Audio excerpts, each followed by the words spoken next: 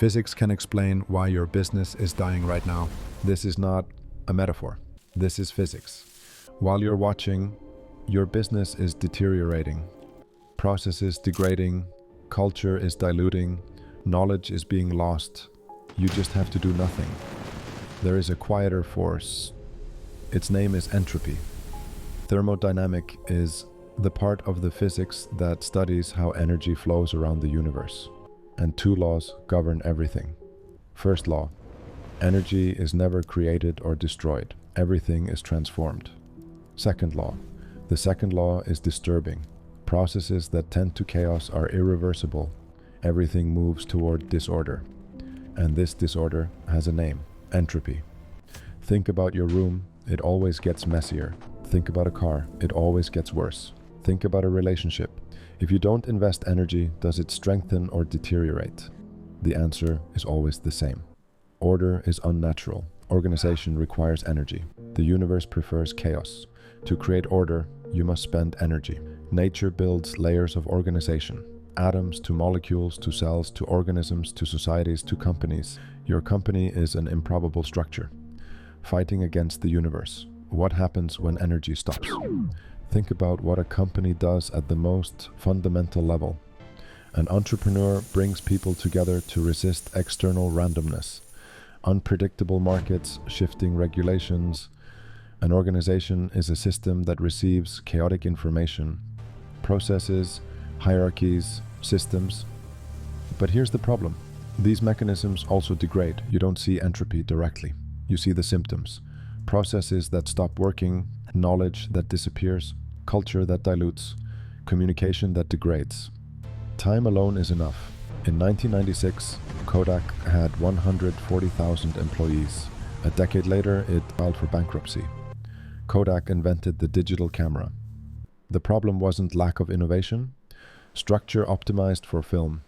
No energy left to reorganize. Internal order couldn't adapt. Amazon nearly died in the early 2000s. The dot-com crash hit hard. Most companies cut costs. Amazon did the opposite. It invested more. Logistics, infrastructure, technology. When competitors collapsed, Amazon absorbed the chaos. In 2000, Netflix offered to sell itself to Blockbuster for $50 million. Blockbuster laughed. Physical stores were their strength. Netflix focused on the future. Streaming before streaming existed, while Blockbuster optimized stores. Netflix optimized adaptation, entropy destroyed one system and powered the other. This reveals the efficiency paradox. The more efficient a system becomes, the less resilient it often is. Slack disappears, buffers vanish, everything becomes fragile, until one shock breaks everything. So how do you fight entropy in practice? Here are 4 principles. Principle 1, assume everything degrades. Stop being surprised when processes stop working. Stop blaming people when knowledge is lost. It's physics. The question is not, why did this get worse?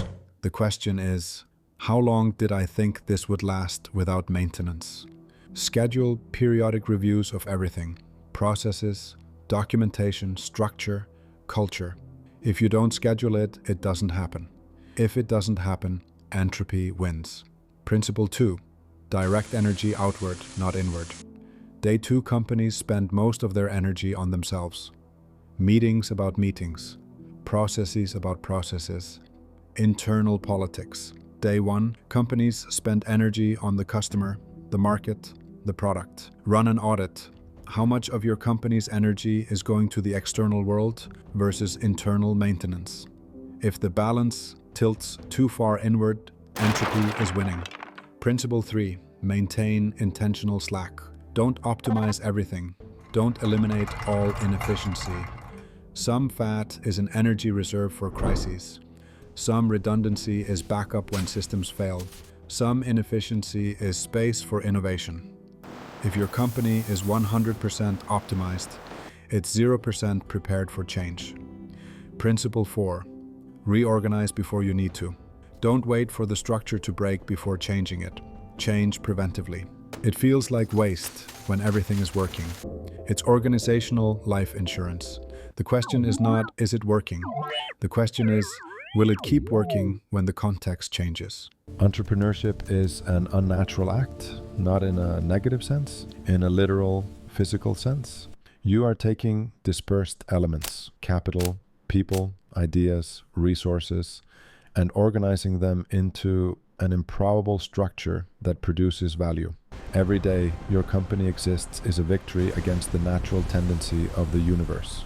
But that victory is not permanent. It must be earned again every day. Remember when I said your company is dying right now? That's not fatalism, it's realism. And paradoxically, it's liberating. Because when you stop believing that stability is the natural state, you stop being frustrated by the constant maintenance that businesses require. Keeping a company running, it's a sign that you are fighting and winning against the most fundamental force in the universe. Every process that still works, every culture that still guides decisions, every piece of knowledge that is still accessible, these are victories against entropy. The question is, are you injecting enough energy to keep winning, or are you just waiting for day 2 to arrive?